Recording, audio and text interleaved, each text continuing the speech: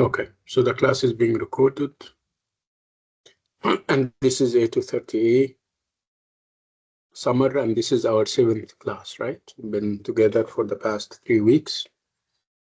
That marks the beginning of week 4. We've been doing a lot, and inshallah, we're finishing off Candide, and you're doing the MTA tomorrow, as I gather. Am I correct in assuming that you guys have the MTA tomorrow? Is it tomorrow? Yes, it's tomorrow. Yes, doctor, tomorrow. Okay. So what time is it? What time is the MTA tomorrow? It's 3 o'clock. 3 p.m. 3 p.m. Okay. Right. Good. Okay. So we're doing Candide. We spoke about Candide the other day. We're kind of implementing whatever ideas and ideologies we spoke about. Can I ask you to, Huda, can you kindly switch your cam off? Okay, thank you. Okay, let's proceed. Let's go to Candide and see what it is all about.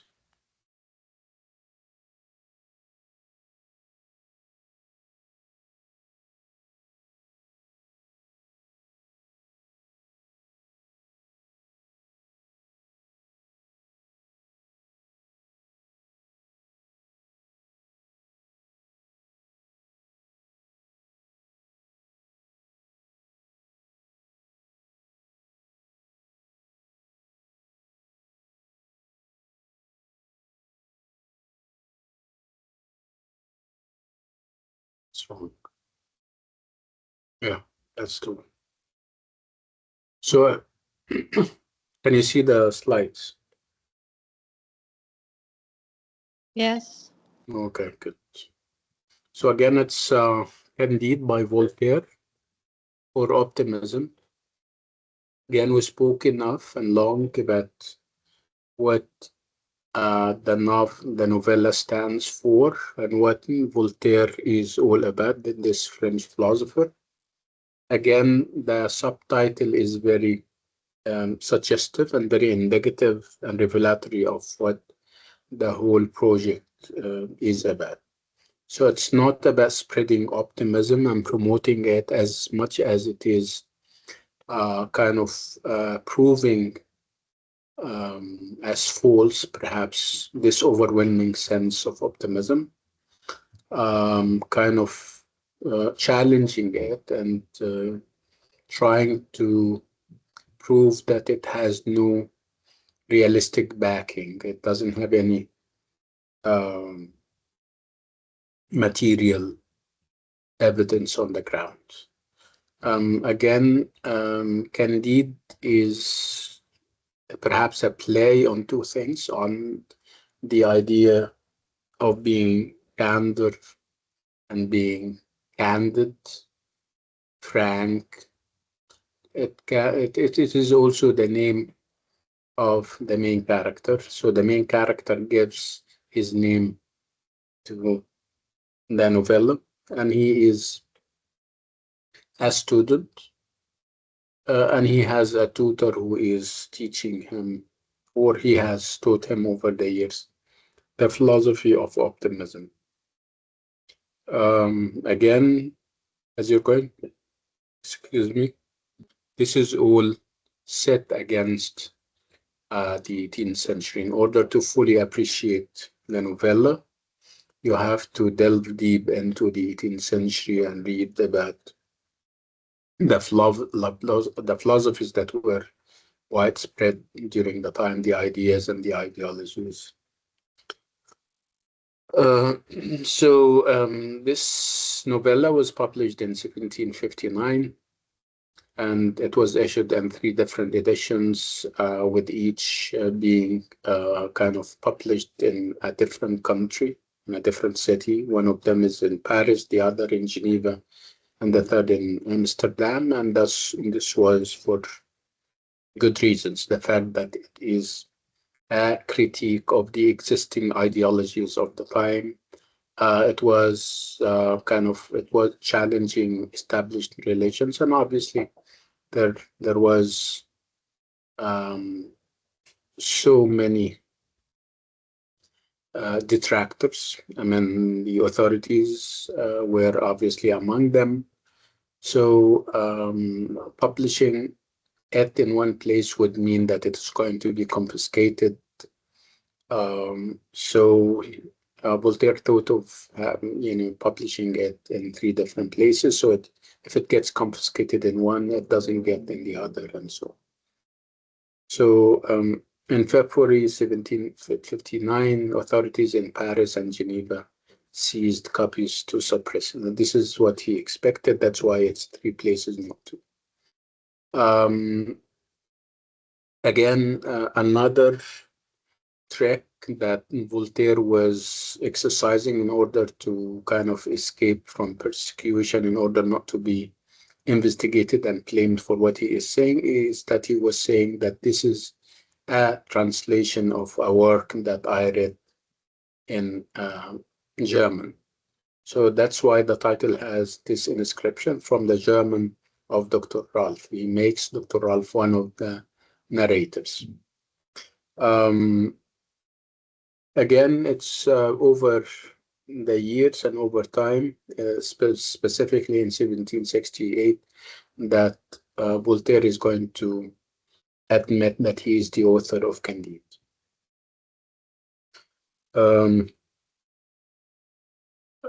These are basic concepts. I mean, you cannot really understand and consequently appreciate the novella unless you know about these things. So we're talking about God, or any deity for that matter. Of course, we're talking about a Christian context where, of course, there is one single God. And God, according to Christians, and of course, according to any like divinely revealed religion, is benevolent, all loving, all powerful, and all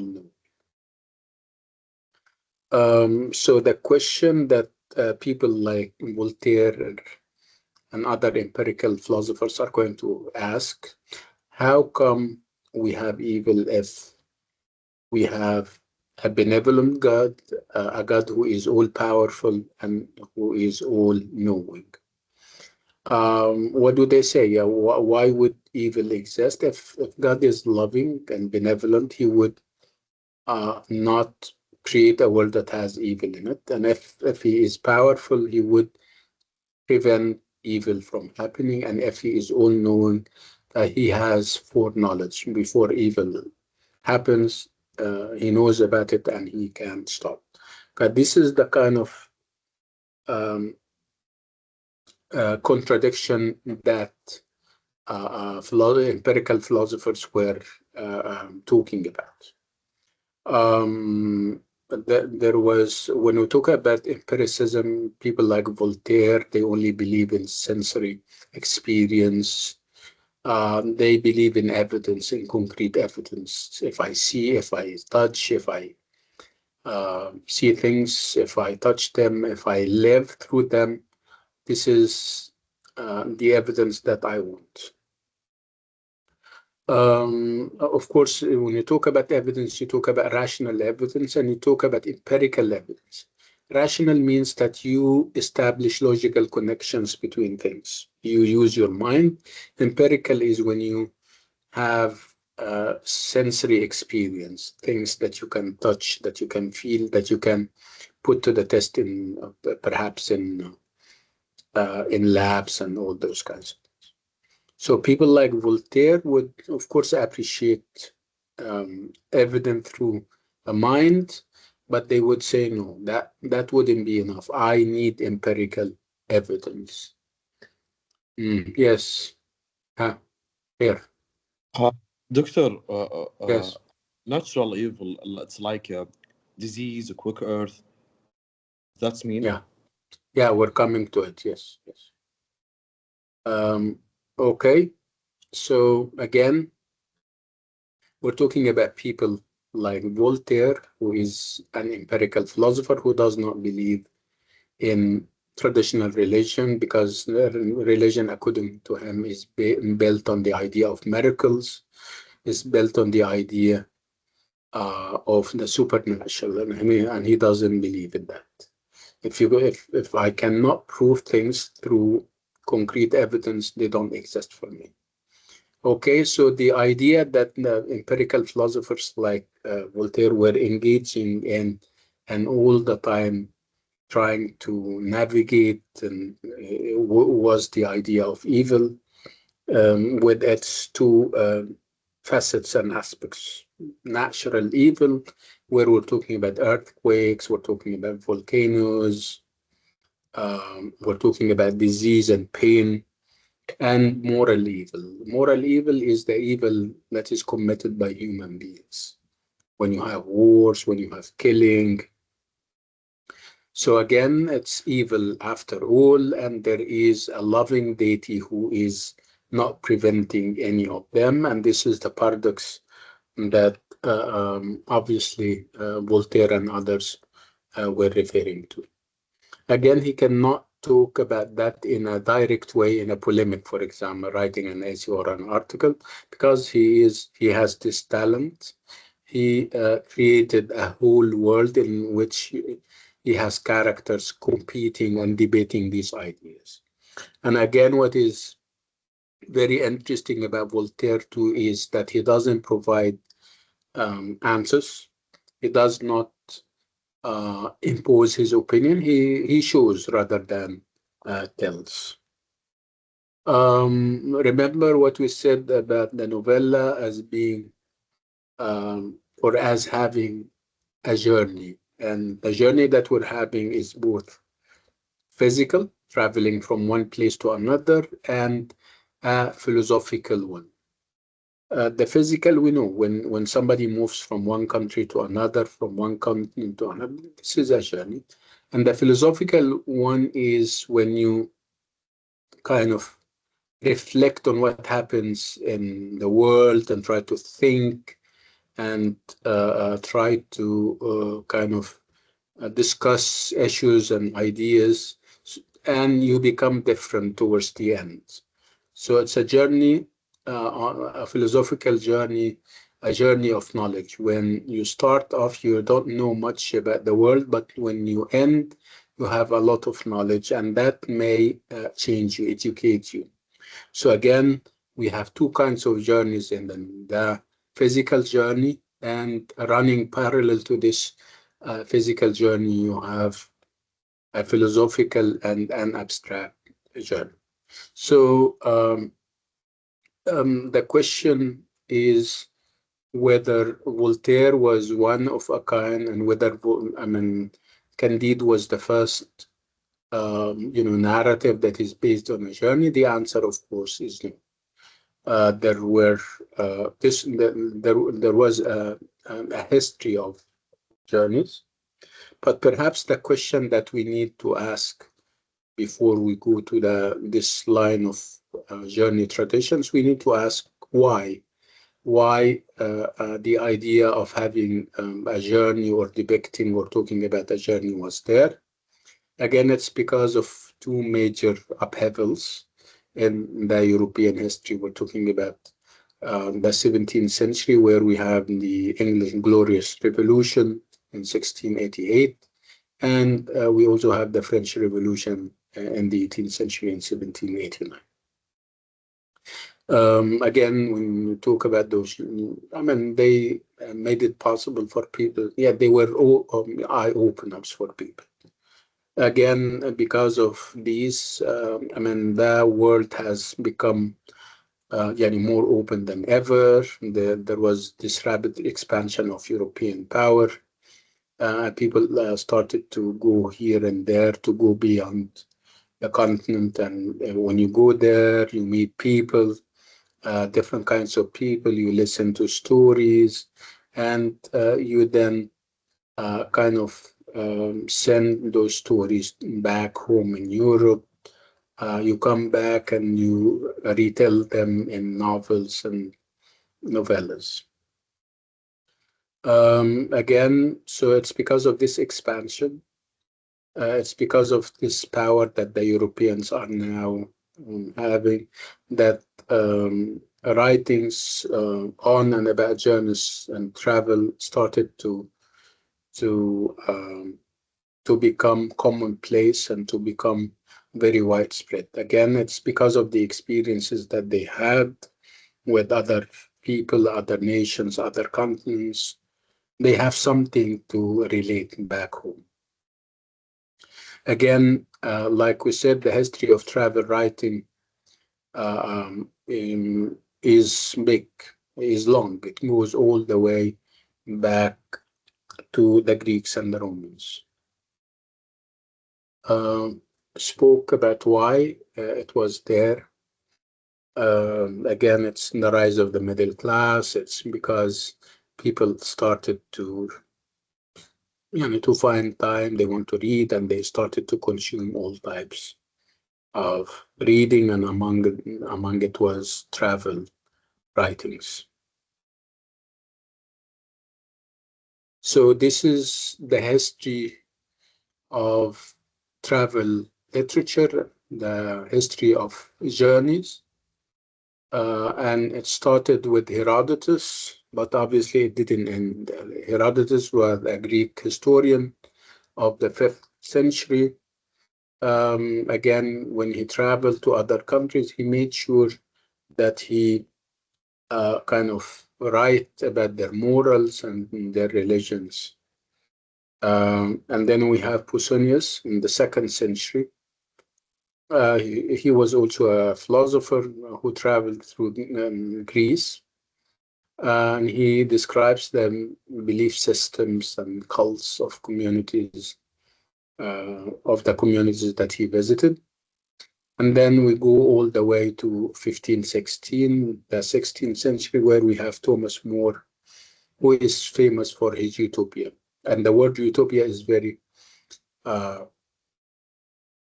very telling, because it means nowhere, which means we're talking about a perfect world that does not exist. This perfect world that Thomas More was depicting was based on political principles and ideals. He wanted a society that is full of justice, equal opportunities, fair distribution of wealth, regard, respect for women. Obviously, the title is very vague. It means no more, nowhere, I'm sorry. And then after that, we have Jonathan Swift, and who wrote Gulliver's Travels in 1726. And obviously, it is about, kind of challenging this idea that there can be utopias in the world. The idea of having a perfect society, according to Swift, is a myth.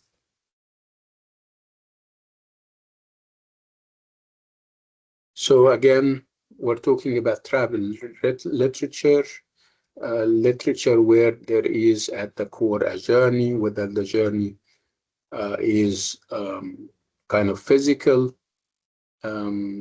or philosophical.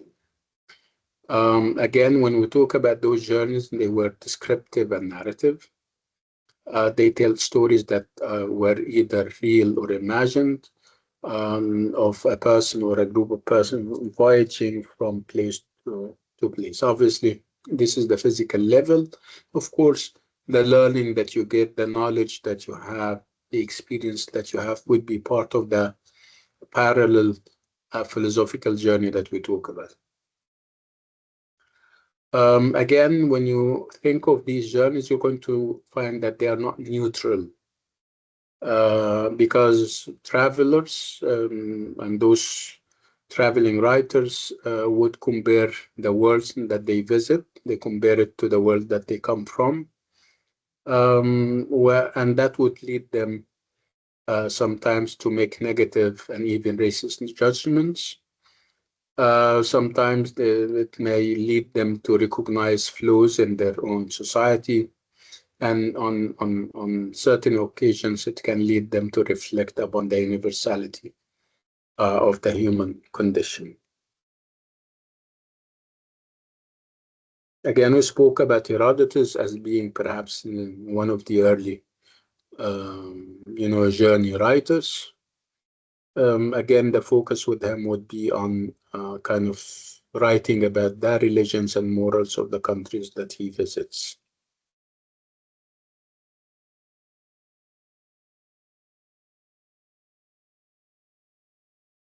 But because we spoke about this idea of utopia, we need to perhaps unpack what utopia is and perhaps set it against what is happening in the world and see whether what we're having is a real utopia or perhaps something else. So, like we said, utopia is a place where there is complete justice, where there is fairness, there is equal treatment, there is no income disparity, there is no discrimination along gender lines or along ethnic or racial lines. So, do we have that? Have we ever had that? The answer is no. What is worse is that we don't have any of that. We have worse. The situation is even worse where we have discrimination of all types. We have dehumanization of women. We have unfair distribution of wealth where you have the 1% percentage of the population having all the money and all the wealth there is, and the rest are poor and suffering and everything in between.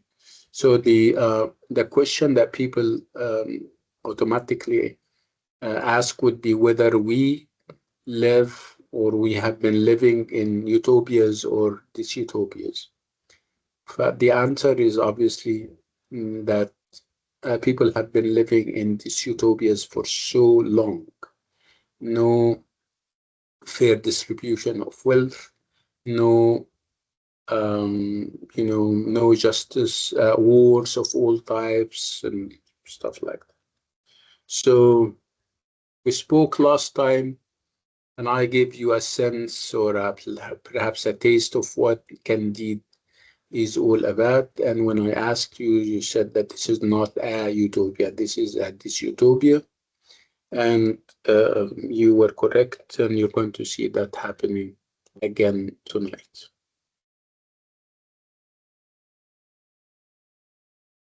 So, utopian literature projected imaginary environments based upon political principles and ideals. Again, justice and uh, no income disparities. And the opposite would be, of course, this utopia, where obviously there is this kind of ridiculing uh, those kind of utopian systems because they don't simply exist. Gulliver's Travels is one of these utopias. Um, Again, the focus would be on exposing human stupidity and greed. So you would kind of describe Gulliver's Travels as anti-utopian or dystopian. So Voltaire belongs to this tradition. Voltaire is writing in a Swiftian satiric way.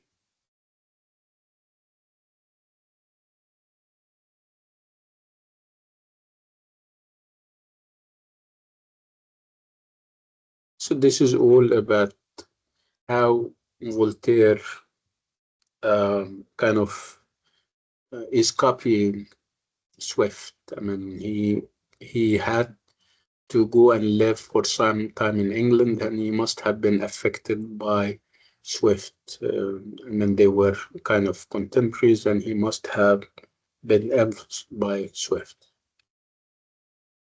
And we also have Samuel Johnson, another English philosopher and writer.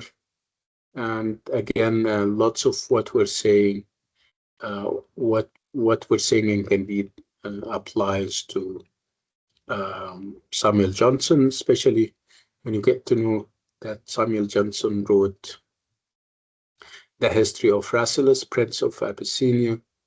This was actually before Candide. Again, the influence is very clear.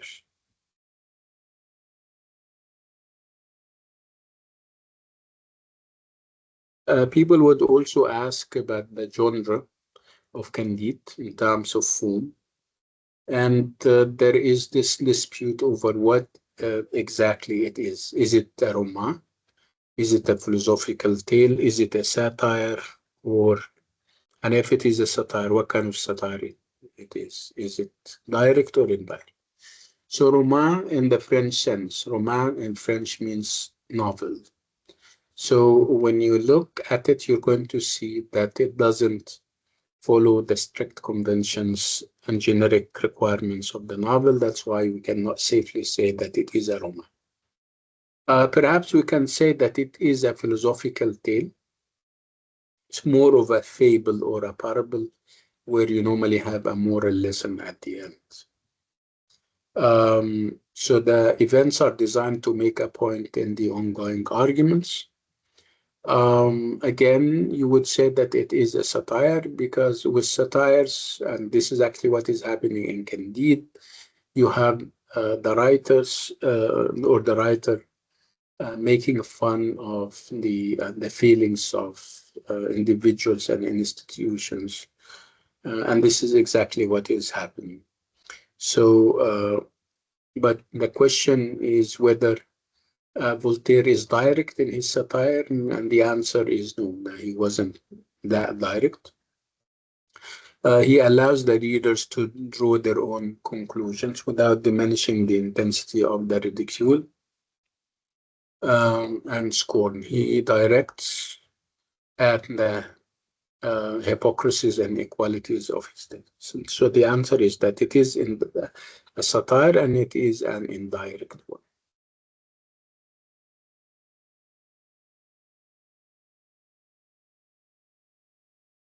We spoke about all of that. I'm not going to repeat myself.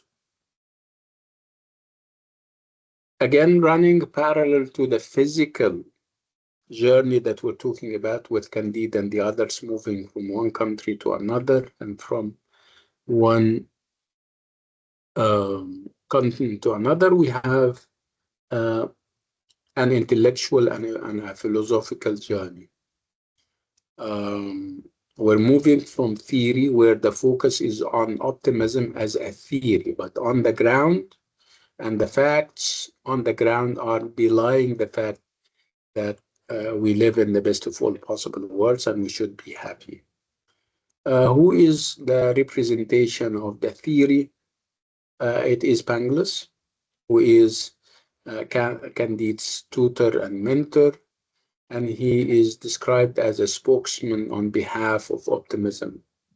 And this is obviously the focus of Voltaire's ridicule and satire. So what are some of Pangloss's teaching? So among his teachings and philosophies would be that things cannot be other than as they are. For since everything is made to serve an end, everything is necessarily for the best of ends. So this is an argument, and when you look at it, it's rhetorical. When you think about it, you find it very empty. He also used to say that there was no effect without cause. And he has this cliche that we live in the best of all possible worlds.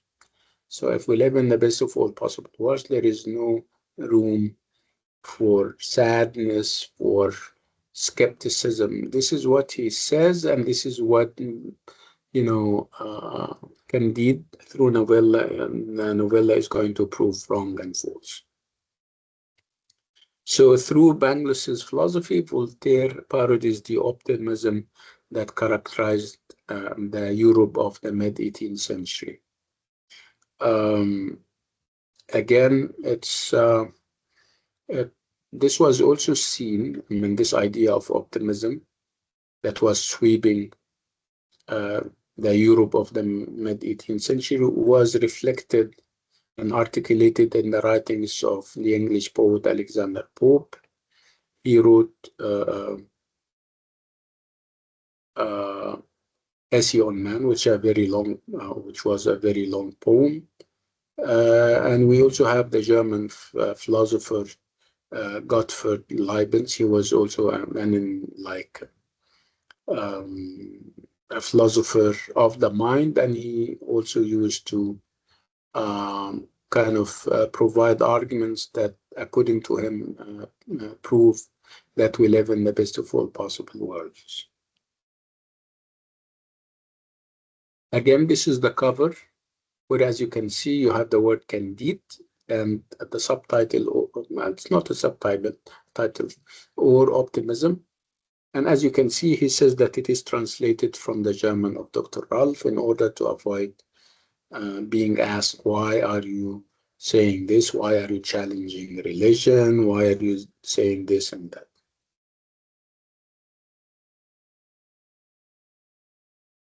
Again, we spoke about the title. I'm not going to repeat what I have been saying. So as you can see, the idea of a German original and the existence of a Dr. Ralph are inventions. And this is part of a fiction, again, for obvious reason. He didn't want to be persecuted and be hunted by the authorities.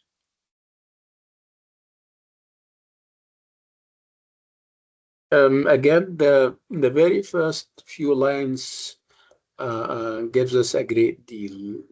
It tells us that we're talking about a fairy tale. Again, that also would safeguard Candide and would safeguard Voltaire against persecution by the authority. If he says that, and if this is the start, once upon a time, he's trying to say this is a fairy tale, not a realistic novella.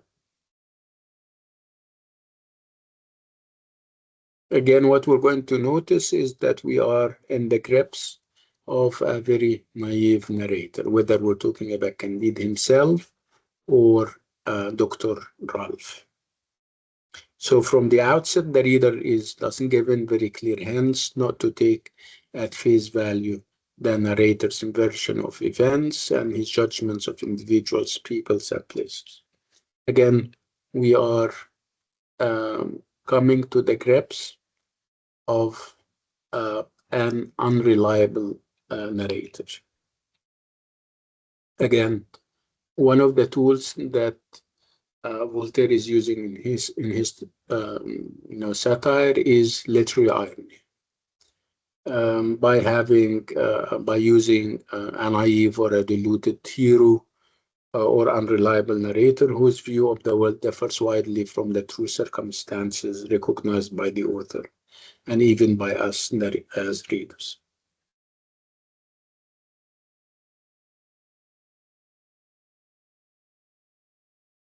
So much of the humor in Candide is derived from the ironic distance between the narrator's words and Voltaire's satirical attack on his society. Again, if you still remember, we spoke about the idea that people are living, they have this feeling of optimism, they are very optimistic, and obviously believe that they live in the best of all possible worlds.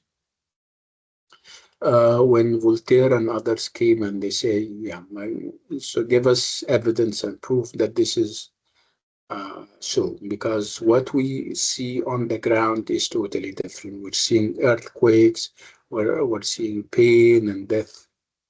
So obviously Voltaire is against this idea of optimism.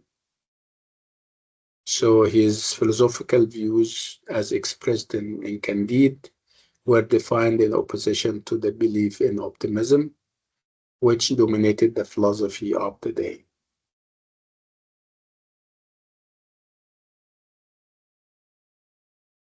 Again, who is carrying the banner of optimism, promoting it wherever he goes? It's Pangloss, Candide's tutor. He is the inexhaustible spokesman on behalf of optimism, because Voltaire believes that optimism is false. He is painting or drawing or portraying the character of Pangloss in a very comic way, and even exaggerated comedy. Um, Again, whatever he says is being opposed and challenged by whatever is happening in the real world. There is also this idea, which is very logical.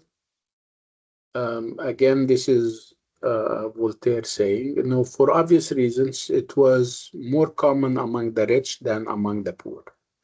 So if we say that we live in the best of all possible worlds, this is, of course, the lucky, and the rich are going to say, yes, this is true, but not the poor, not the sick, right? So you would expect that to come from a healthy person. Yeah, because for a healthy person, yeah, we live in the best of all worlds. But if you're sick, obviously it would be different. This would come from the mouth of a master. But if you have a slave, he wouldn't say that he lives in the best of all possible world. So this is the basic idea. The selected few, whether we're talking about the rich, whether we're talking about the healthy, or the masters, they have every reason to believe that they live in the best of all possible worlds. But in terms of percentage, that they are like 1 or 2 or even 5% of the population. They are not a majority. So again, let's talk about the philosophical roots of optimism, where the 18th century got its optimism from the philosophies of the time. One of those philosophers was Anthony Ashley Cooper, the Lord of Shaftesbury. Um, Shaftesbury was a firm believer in optimism.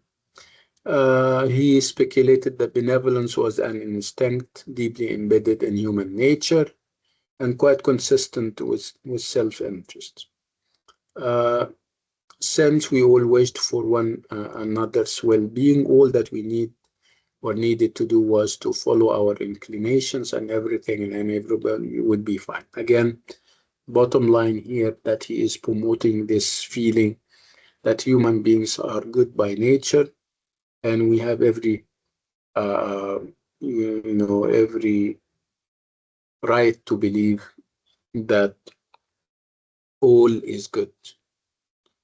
And then we have Alexander Pope, who wrote a number of works.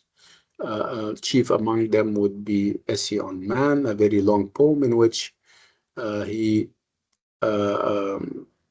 had this firm belief in um, the benevolence of God, and um, and and and the fact that we live in the best of all possible worlds, and the fact that if we still believe that the world is not a perfect place, it's not that the world is imperfect or something. It's simply because we are limited. Our human capacities are limited. That's why we cannot see the bigger picture. So his essay on man is the supremely confident expression of this attitude of optimism. Um, Again, he stresses the fact that it's a perfect world, and if we cannot see that, it means that it's all due to our limited intellectual capacity. He says that man must rely on hope, which then leads into faith. And he believes that it's man's duty to strive to be good regardless of other situations. So no matter how imperfect and complex, inscrutable and disturbing the universe appears to be, it functions in a rational fashion according to the natural laws. So according to him, the universe as a whole is a perfect work of God. Again, it may appear evil and imperfect in many ways. However, he believes that this is all because we have limited intellectual capacity, cannot comprehend the wisdom of God. And then comes another, you know, philosopher, Leibniz, the German, and he also believes that it's all for the best, and everything in its right place. It's only again that we cannot really see the big picture. And he started to kind of bring in a number of logical arguments. He says, since the creator was both omniscient, knowing everything, and omnipotent, has unlimited power, and since he wished that his creatures be happy, then the world he made was one that secured the most contentedness. He believes that if we establish the fact that God knows everything and he is all powerful, so we should trust his judgment and we should be happy. He also kind of admits that there are nasty things in the world and that the people are suffering. But he believes that human beings are not omniscient. That's why what appear to them to be setbacks are part of a grand universal plan.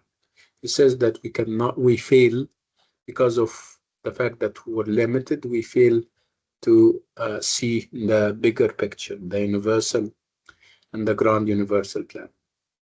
And he says that only God, with his serene overview, saw how everything fit well and served a greater good. Again, that was theoretical according to Voltaire, because while they were saying that, kind of justifying the ways of God, justifying, evil and everything, an earthquake, and it's called the Lisbon earthquake in 1755, struck, and it was followed by a tsunami, and hundreds and thousands of people got killed. And then after that came the 7 Years' War. Uh, Again, that would contribute to the undermining this sense of optimism. So these are two things that Voltaire is going to focus on in his novella, highlighting the fact that, again, how come you guys are saying that we live in the best of all possible worlds, that we are governed by a benevolent, all-knowing, all-seeing God, and we still have those evils.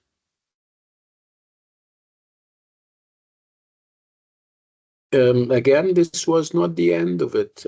You also have the church interfering and trying to also justify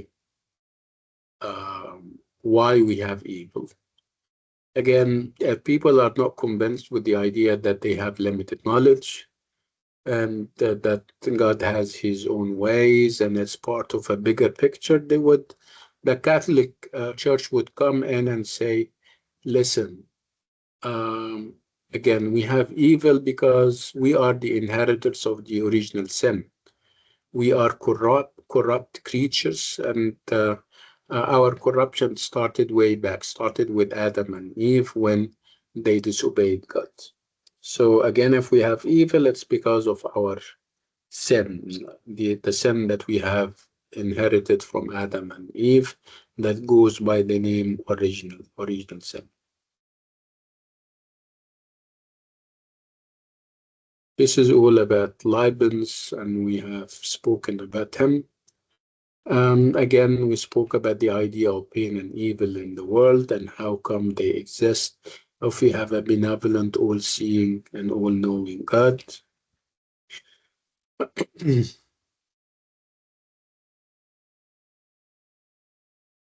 Again, when we had those mishaps and those misfortunes and the Lisbon earthquake that was followed by a tsunami that claimed the lives of thousands upon thousands of people, people started to ask questions, especially uh, uh, when you get to know that those mishaps and those uh, bad things happened on a feast. There was this religious feast, and it was called All Saints Day, and people obviously were dressing well, cooking, and going to church, and it all happened.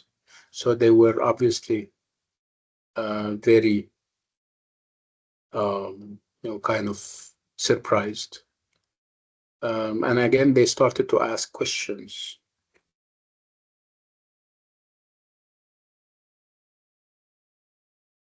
And they started to ask, how could a benevolent and all-seeing deity possibly have ordained this? So it's during the time that people were cooking their breakfast on open fires in the cool autumn air, when the quake overturned the fires, which raged uncontrollably across town. A few minutes later, a violent tsunami swept in from the sea, drowning many of those who had not been crushed. So you're even if you're not killed in um, in the fire of the earthquake, you're killed in a tsunami. You get drowned in a tsunami. So much of the infrastructure of the city was totally destroyed.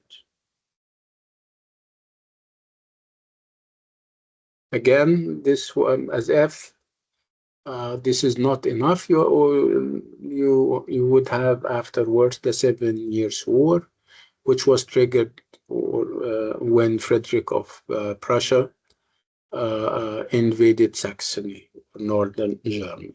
Of course, with wars, you would have hundreds and thousands of people killed.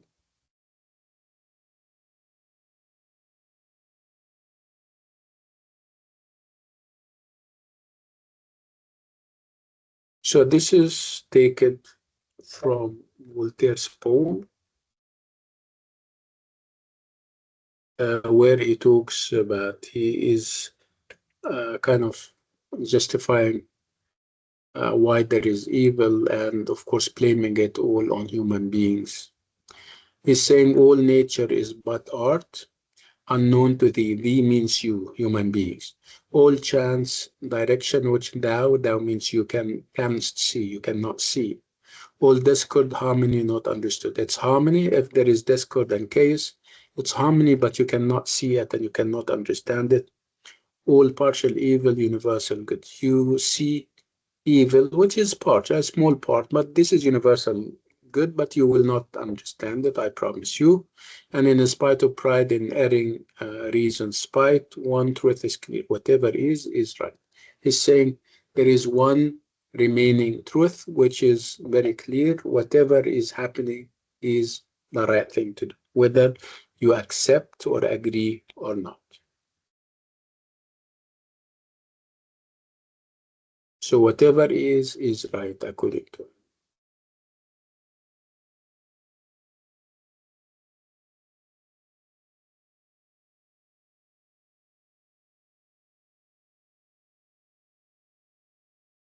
Again,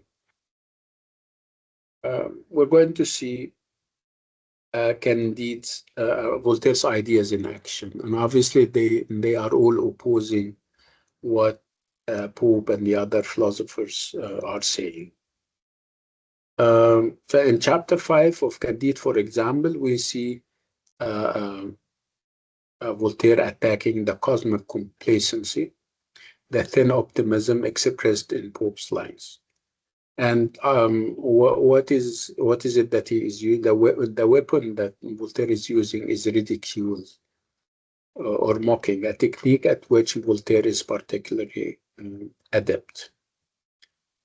Leibniz's ideas are expressed by Candide's tutor Pangloss. Remember that he is the spokesman for optimism. And are repeatedly shown up as preposterous, which means that they are disastrous and they are even funny, because what is followed is catastrophes of all types. And we have an example. When the virtuous Anabaptist is drowning, Pangloss restrains Candide from rescuing him. So what happens when you see somebody drowning in front of your eyes? So obviously you're going to automatically go and try to kind of save him or her. And this is what happened with an Anabaptist. Anabaptism is a section or a denomination of Christianity that is obviously different from the mainstream.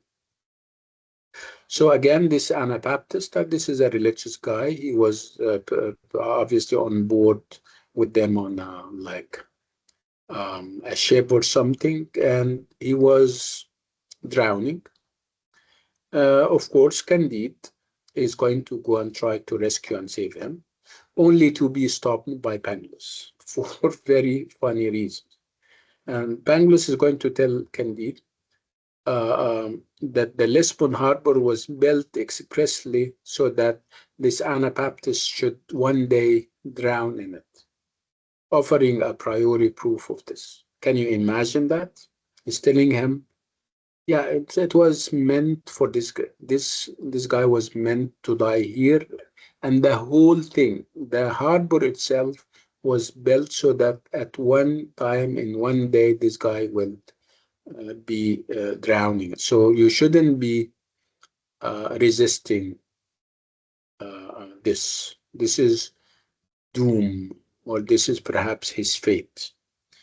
Again, this is funny because funny in a very sad way, if you like. This is a farce. When you see somebody asking for help, you cannot help but going to help him, right? So another example of how Voltaire exposes the limitations of Pangloss' philosophy of optimism is during the dinner after the earthquake, when he declares in words echoing Pope's ensignment, this is all for the best, for if there is a volcano beneath Lisbon, then it cannot be anywhere else, for it is impossible for things to be elsewhere than where they are, for all is well. Obviously, this is this is like verbal gymnastics, playing on meaning, playing on words, and obviously, again, it's very fake and very empty. He's trying to say, again, um, if there is an earthquake, uh, and if there is a volcano beneath Lesbos, um, it was meant to be, and it was meant to be beneath Lesbos because it cannot be anywhere else. And again, for all is well. Again, this is also fake, like I said.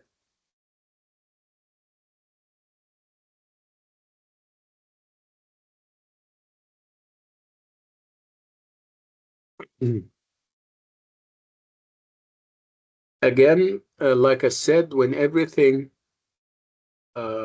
is not convincing, when they think they cannot convince you why things happening the way they do, they wouldn't go and tell you that you are the inheritor of the original sin. Um, and it has to go this way. Again, none of these responses was remotely convincing. Okay, let's take a 10-minute break, and when we come back, we continue. So I'll see you in 10 minutes. Okay?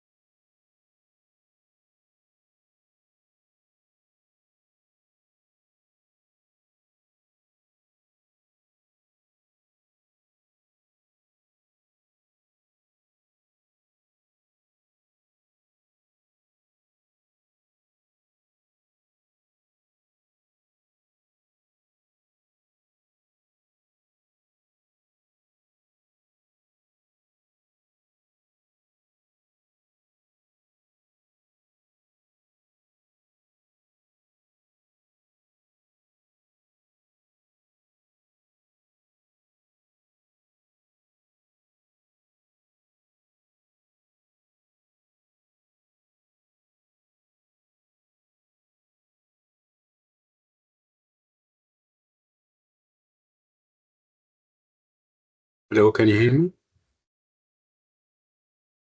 Yes, doctor. Okay. So are we all here? Raise your hands.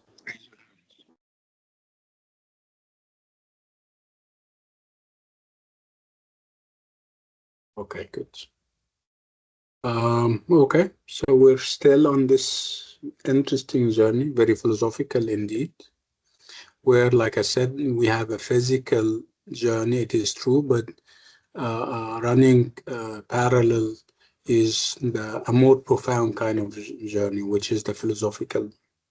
Again, you have two competing narratives. You have the narrative of the traditional philosophers,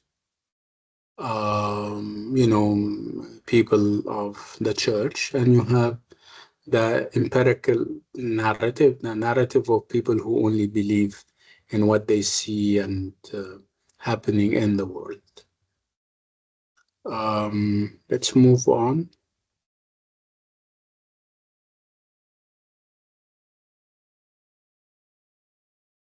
Again, there is also this focus on what kind of style um, Voltaire has, and obviously it's this is very satirical. Um, again, you have, I mean, it's very fleeting, very sharp, and all those kinds. And this is obviously very appropriate um, for what's happening in the novel. If your aim is to ridicule and mock and make fun of people and places and situations and values. Again, what he is against is this moral dishonesty and the flinching away from the facts.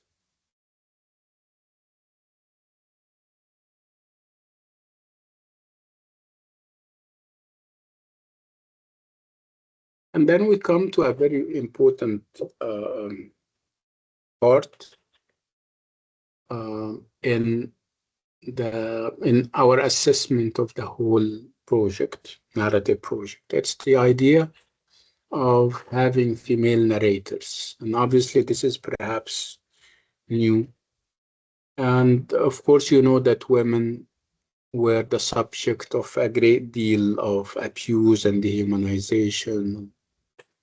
So Candide is giving women opportunity to speak for themselves. He's giving them a voice, and this is perhaps something that Voltaire is trying to do. He is trying to give us history from the point of view of its victims, women being the victims. Dr. Ralph is not the only narrator in this tale. There are 3 episodes in the novel narrated and recounted by women. In chapter 8, for example, we have Kyonagun, Candide's beloved, who retells the events of the opening chapters from her own perspective. In chapters 11 and 12, we have the old woman narrating, and she tells Kyonagun the story of her life. And the first part of chapter 24 is narrated by Baquet, who disabuses Candide of his perception that she is happy by describing her decline from serving maid to prostitute. Again, what do they all share? What do they have in common? They have this idea that they have been abused, they have been reduced to um, being play objects in the hands of their male oppressors.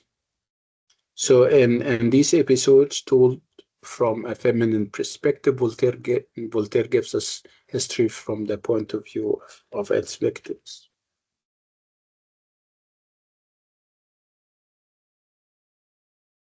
So Voltaire satirizes the creed of Pope and Leibniz in the 3 episodes. as narrated by the female characters. Again,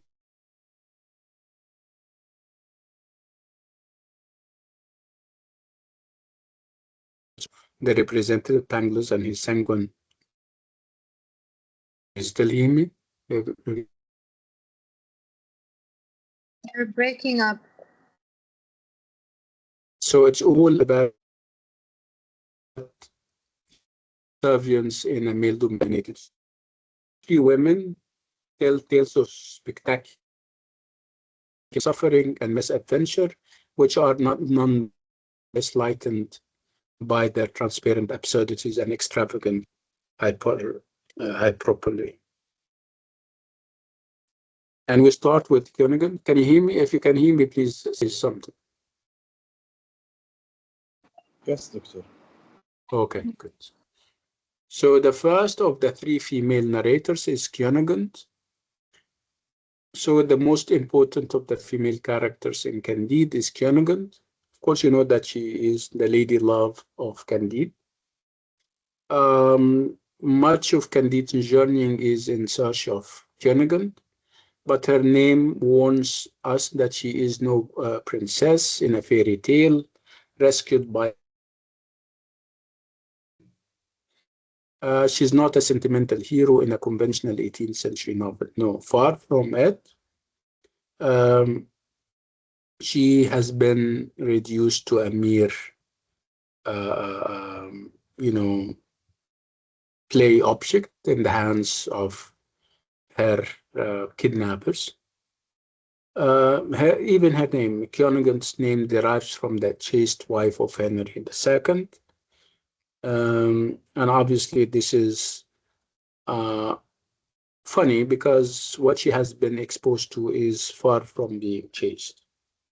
She has been exploited and abused all through. So Kjönigin's name discloses Voltaire's concern in Candide to promote the quality of candor, being open and frank.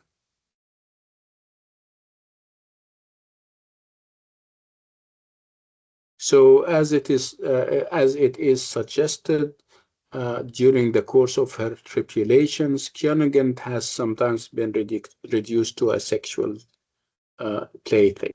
Again, this is abuse. So in chapter 8 constitutes a flashback. It retells the events of chapters 2 to 7 from the perspective of Kjönigin, which obviously is meant to insert into the tale a feminine point of view. Kjönigin recounts her story in Lisbon, which gives Voltaire a chance to portray the injustices meted out in this traditionalist Catholic society on four minorities. What are those four minorities? It's women, Protestants, intellectuals, and the Jews.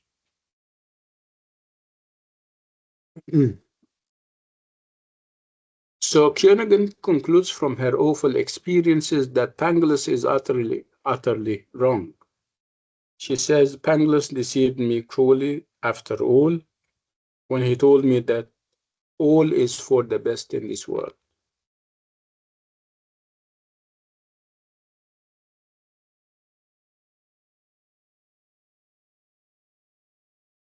So Kjönigin's straightforwardness is quite beyond the naive Candide. When he hears about the blow on her thigh delivered by her assailant, he tells her with a sort of flustered self-consciousness that one day he would very much like to inspect this wound, or rather the mark of the wound. This is kind of funny and satiric and sad at the same time. And then we have another female narrator. It's the old woman whose story is as miserable and as sad.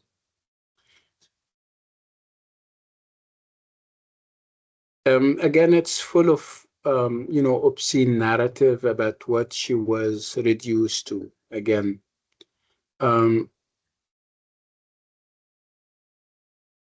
she was abused like you can never imagine.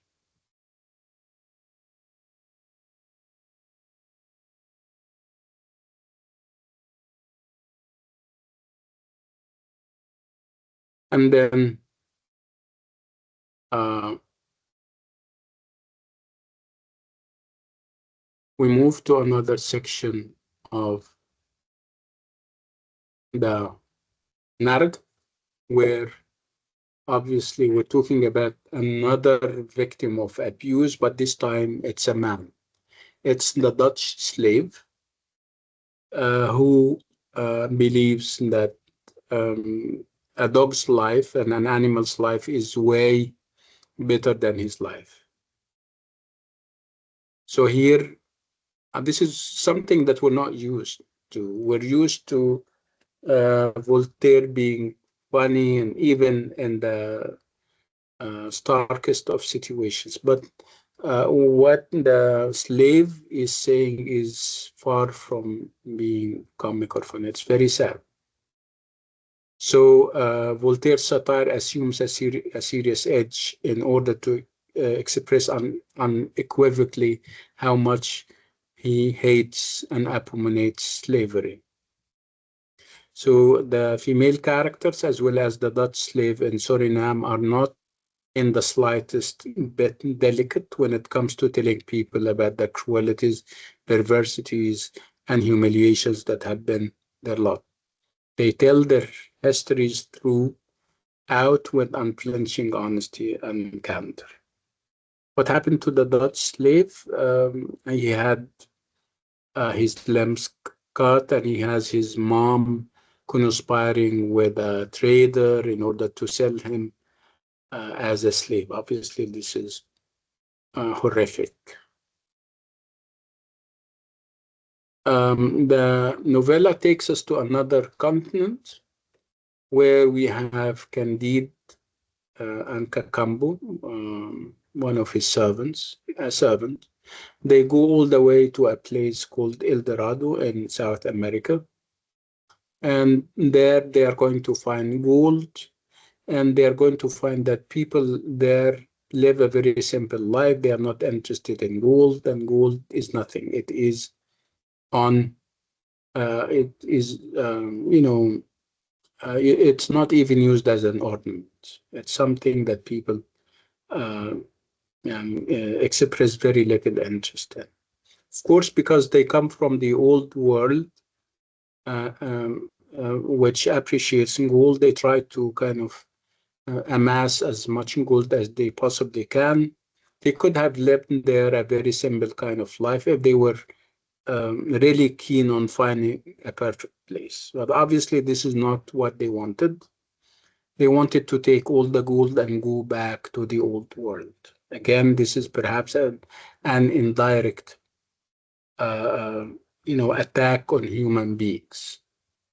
Human being would tell you that we want to live in a perfect place where there is no injustice, where there is peace and everything. And when they find that, they think they go back to their old habits. They are greedy. They have this sense of material cupidity. They can't live without it. So at one point, they will feel that they don't like to live in El Dorado with its simplicity and happiness and everything, and they decide to take as much gold and go all the way back to the old world.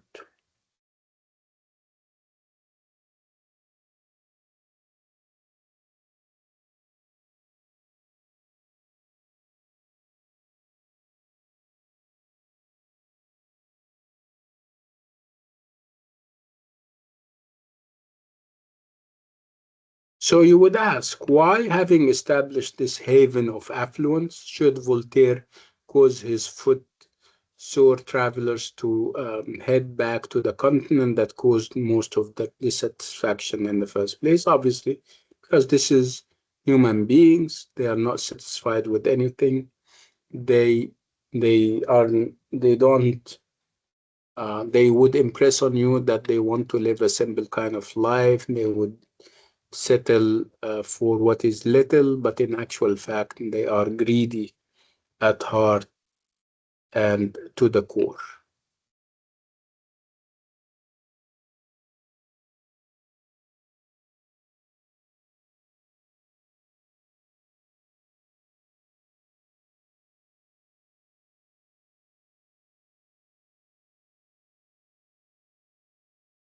So Candide and Kakumbo are subliminally aware of the unreality of the place they have stumbled upon and are soon anxious to leave it. They head for the smoke and the stress. Again, um, as human beings, very competitive. If they stay there with the goal, nobody's going to. They are not different from all the other people, and this is not what they want.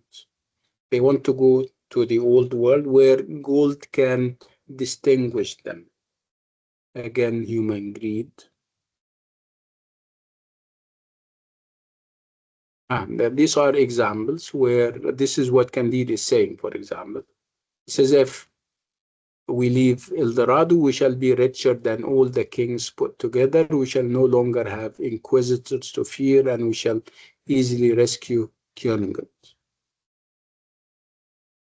So they could have tried to kind of bring Königund to them, but obviously this is not what they are after.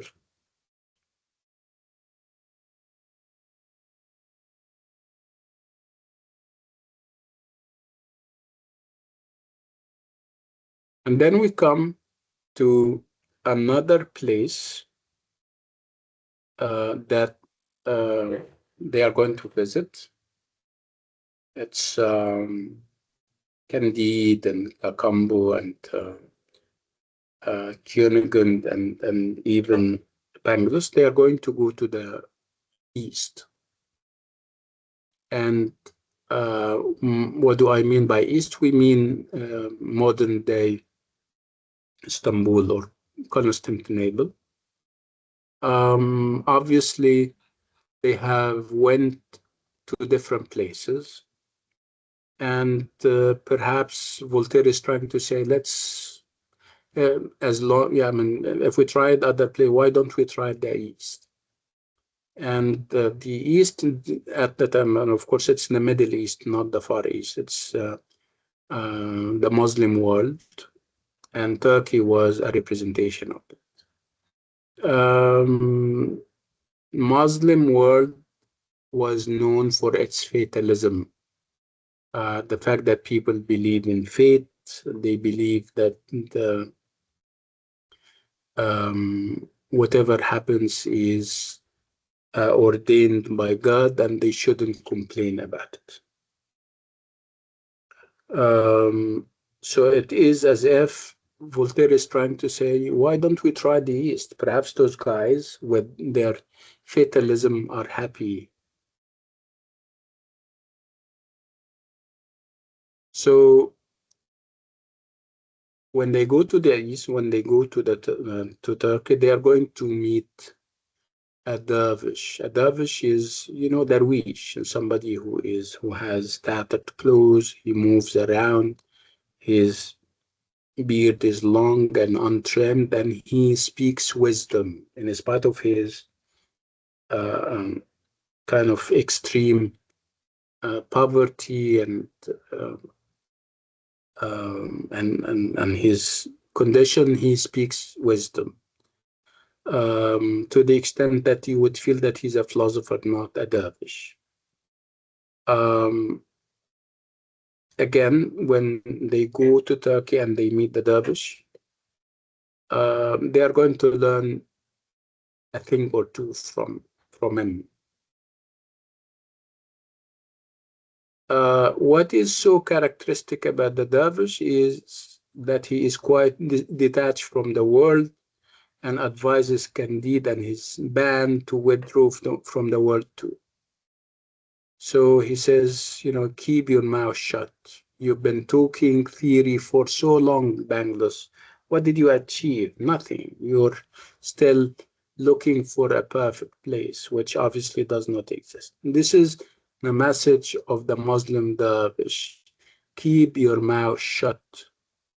What what you must do is to keep your mouth shut.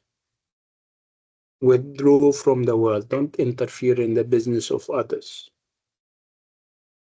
And the dervish philosopher slams the door in Panglo's face, as if It is a declaration that all the theories that Bangladesh stands for are false. We should shut them out and live a simple kind of life.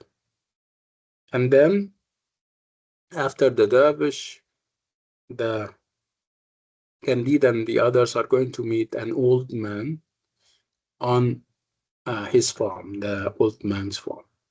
Again, he expresses the same detached attitude towards the machinations of powerful people in the big city. He says, I never inquire about uh, what happens in Constantinople. Constantinople obviously is the seat of government. I don't care what they do, what laws they make.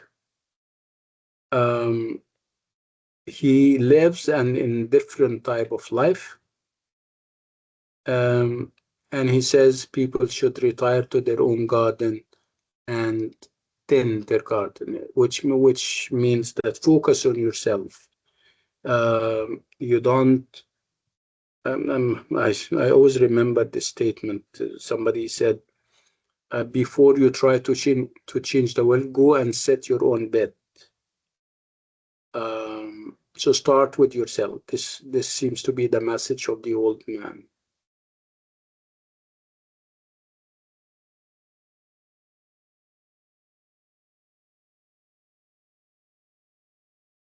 So again, Candide realizes that whatever he has been receiving from Pangloss is mere talk, is false. We don't live in the best of all possible worlds, like he said.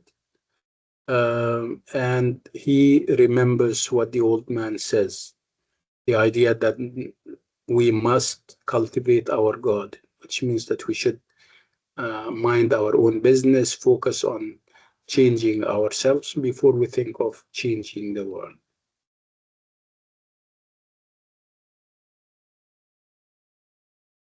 So again, it seems that Voltaire is moving around from one country to another, from one continent to another, giving all the ideologies and the creeds and the religions a chance.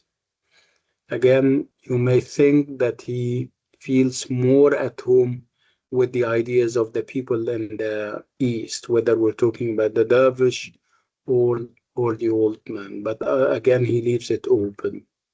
He doesn't impose one single point of view on us. And this is the end of it. So, do you have any questions? Yeah. Anin, are you raising your hand? Yes, doctor. Actually, Okay, go ahead. I was raising my hand back when you were talking in one of the chapters about Candid and Kakumbo. Mm. They left Eduardo because you said that they were in search of or distinguished gold. They were looking for something. Is that what you said? Um, I said that gold, if they stay there, they are not going to be different from the rest because nobody is interested in gold. So gold means nothing if they stay. And again, because they are human beings and they are vainglorious, they are vain, they want to go all the way back to Europe, the old world, where gold has value. And this is what they said. They with the gold that we will have, we can be richer than all the kings of Europe combined. Are you getting the point? Okay. Yes, but I read before that which which because which may which may tell you that they were not genuine in the request for just a just and a fair world, because this is the world that they found. World in El Dorado, people are simple. They live until they are like 170. They are very healthy. Obviously, they don't care very much for and about money. So, what more do you need if you're looking for a utopia?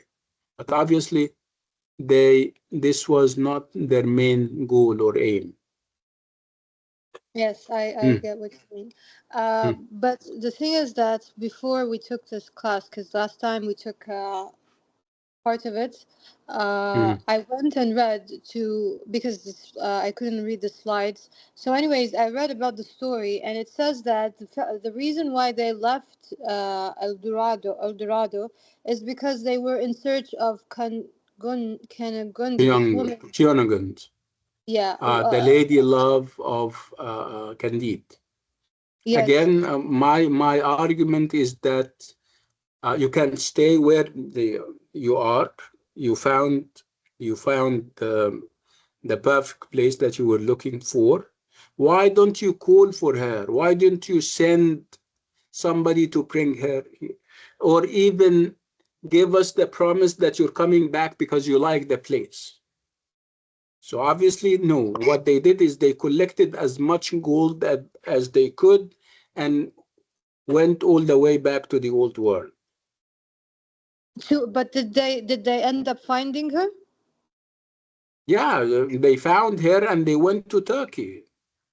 Okay, okay. So they ended up Mm, they found her, and then they went to mm. Turkey, and then he married her. Is that what actually happened? Because that's what I read, and I'm sorry if I didn't hear you before. Yeah, Uh, I mean, they were together. I mean, whether they got married or not, this is perhaps the subject of another day. They got okay, because I reconciled thought it was part finally. of the I thought it was part of the lesson that they ended up getting married. Because I read that part in off outside of the slides in the course. I read that, and I thought that's part of the They whole got idea. reconciled and they were together finally enough. Okay, okay. So, but that's not part of the course. Yeah, if in the exam we don't have to mention these things, right? That they got married or they didn't get, they got Yeah, that they reconciled. ended up being They are together. together now, and it Yeah. seems that both of them are dismayed and are very angry with Pangloss and what he stands for, his false optimism and all those false ideals that he was promoting, the idea that we live in the best of all possible worlds, that the idea that if somebody is about to die, you shouldn't help him like the Anabaptist because he was meant to die where he died, and stuff like that. Okay. So Okay. they All right. at the end, they learned the lesson, especially when they went to the east in Turkey, where they met those two people, the dervish and the old man. They learned to mind their own business. They learned to focus on their own,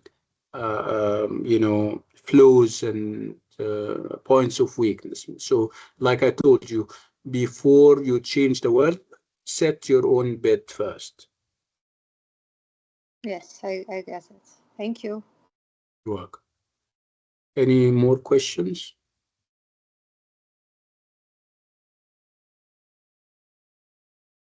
Is there Okay, time so to yeah, talk about the exam, or we don't yeah. have to Now talk? we'll talk very quickly about the exam again.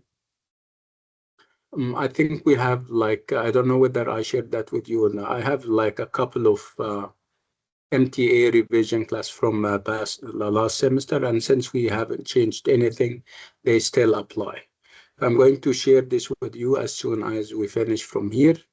The the main idea about the midterm exam is that first of all we're going to have all three works, Candide, the Duchess of Malfi, and the third one is Othello, of course. Um, you know, Again, when it comes to Candide, there is always this focus on this comparisons when we talk, for example, about Othello and the Duchess, sometimes we talk about women characters and how they are presented. Sometimes we talk about the conventions of the revenge tragedy. Sometimes we talk about, the image of women and how women were presented during that time, and obviously not in the best of lights. Um, Again, the concept of tragedy and how it applies to the plays and stuff like that. Again, when we talk about Candide, sometimes you may have like a close reading in Candide or even in Othello. Close reading means that you have a passage and of course you talk about it. Normally, from my experience and over the years, you normally have perhaps talk about this Anabaptist incident and what happened and the conversation or the argument that happened between uh, Candide and Pangloss and what Pangloss says and what it reflects, and it tells us about his character and the philosophy that he represents. Let me just tell you about the format and then tell you what my expectations are. Again, how many questions are we going to answer? In the first section, which is the short answer section, you will have like 3 questions and you answer 2. Okay? 2 short answers, and I'll tell you what a short answer is, because I don't expect you to write a paragraph and you tell me this is a short answer. No, it should be bigger than that. And then we move to the second part, which is the essay question part. You're going to be given 2 questions and you're going to choose to write on one of them. The exam is only 2 hours, like you know. Okay, let me go back to the short answers. Short answers does not mean that you write a paragraph. No, I would like you to write a minimum of like half a page, and for good reasons. You need to unpack the concept, you need to provide examples, you need to kind of connect it to where it is from. And that wouldn't be done in a couple of lines like some people do, and 4 lines like people do in a paragraph. No. Okay, so I'm saying half a page. If you have more but makes sense, that's fine. But not, let me finish first. Okay. So writing 2 lines and you're saying that this is an answer to the question and you get a low mark and you say, I should have been given this and that, I don't accept it. Write an answer that is comprehensive, Shamila, that is clear, that is to the point, that is relevant, that has examples from the work. If you do that, you have the half page for each question, for each short answer question, like I'm saying. In the long answer question, the essay, I don't expect you to write less than 2 pages and a half. If you write more, that's fine, provided that it is also smart, it is to the point, it is comprehensive. So if you write a couple of pages and you say you think that you have finished everything, this is not going to get you anywhere. I would like you, if you ask me if I have to choose between you writing too much and writing too little, of course you have to write too much. Again, write sensibly. Again, there is no such thing that I don't know. You know a lot. It's just that you don't give yourself the credit uh, that you deserve. We have been together for the past 6 classes. We have spoken long and enough about everything. So you need to write. So what happens if you leave questions blank? Nobody's going to write. You're going to get a 0. So the midterm, if you do the midterm well, it will, of course, affect in your performance in the final exam in a positive way. So work for the final from the midterm. Okay? This is Okay. all. مش عاوزين مفاجآت, and I don't want to end up having people writing like half a page for the whole exam or leaving the whole exam empty and blank. No. Right, right, right. Okay. Yes, Doctor, the short answer question, we were actually, most of the students were asking, is it going to be words, like terms, or is it going to be like quotes, and then we have to write about those quotes? Like one of those, the Othello ones and the Duchess of Malfi, there's plenty of quotes. And or there's going to be like words, like definitions, and that we have to talk or give يعني زي كلمة ومعناها وزي كذا, or is it going to be like quotes? It can be a concept, an idea, and that you elaborate on. You unpack the idea and you give examples from the work itself. It can be a quote, but by a critic, not from the novel or from the play, but can be a quote, for example. When I say, for example, that Othello is a self-deluded individual, and whether you think he is, for example, to blame for what he did, or should we blame? This is a quote from one of the critics, for example. If you're talking about longer quotes, this is what you're going to find in the long answer question. When you have a passage, and this is what we call close reading. So close reading is when you have a passage or an extract from a play. Okay, so a passage from Candide, or an extra, or an extract from Othello or the Duchess, and you look at it, you explain it, and then you talk about its significance. Again, in not less than 2 pages, perhaps 2 pages and a half. Okay? So it's about Okay. writing. If you don't write, you don't get marks. Yes. Okay, Doctor. Can I Yes. ask you, please? Yeah, ask.